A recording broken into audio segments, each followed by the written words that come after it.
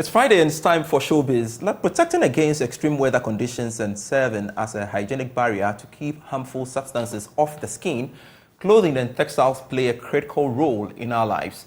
Beyond their functional aspects, they have evolved into an essential industry, generating revenue and providing livelihoods for countless individuals involved in their creation.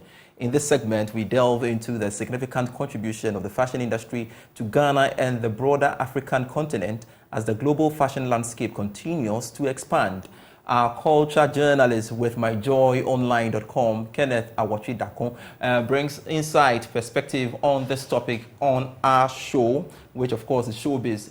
Kenneth, thanks so much for joining me on the marketplace. Why is this so essential when it comes to clothing and, of course, harsh weather conditions? So basically, the importance of textiles and clothing is cannot be overemphasized, right? So in Africa, for instance, when it comes to the various sectors, it is the second largest sector after, agriculture. And so that alone tells you how much of an impact that, if it's taken seriously, is going to leave on the continent, also Africa, for instance. So if you look at the kind of people that it employs, the fashion industry, mostly in Ghana, if you use Ghana for an example, you realize that a lot of people who are in there mostly are women and the youth as well. And so when it comes to like the gender parity and inclusion in terms of the age group, amongst other things, it also creates employment for that kind of sector. And so, and also being in our parts of the world, for instance, in Ghana, there are very different cultures in there that come together to create their own unique, for instance, fabrics. And also, for instance, in the north, you have the fugu. Yeah. In the Akan land, you also realize that there's a lot of kente and all those things. So there are very different types of textiles that come together to enrich the fashion creation space in the country itself. All right, so if you are to assess our line of clothing, would you say that we fared well, basically, as a country, looking at the industry?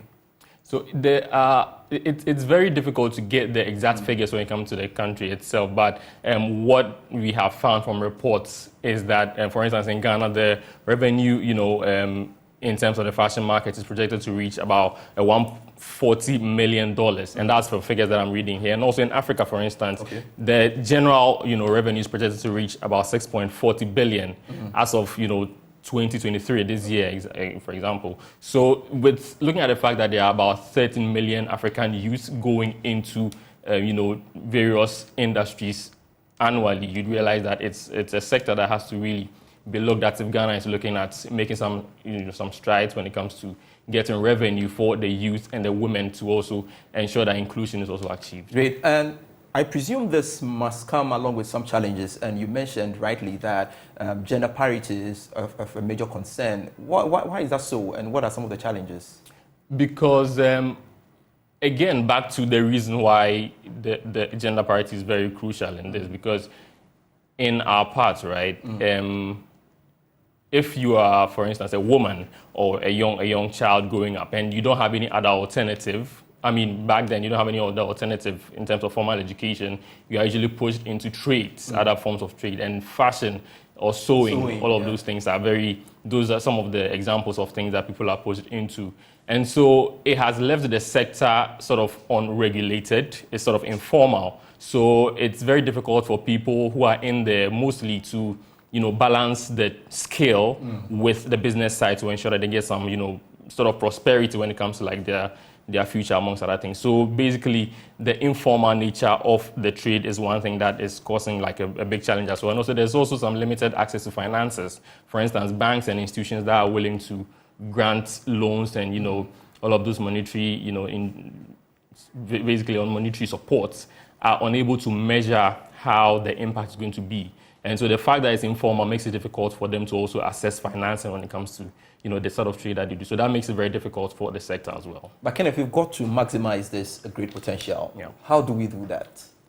So I think for the governmental level, I think policy is very important. A TVET, when it comes to TVET, government is doing its bit as well. And I think individuals also who are doing a lot in the space are supposed to also get that kind of light to ensure that the world knows that at least there are people who are not just doing the skill for doing sake, but also doing it the best way that they can to also throw more light to the industry from here as well. And so beyond that, there's also the need for training as well for the informal sector that you know, holds a lot of this kind of skilled personnel.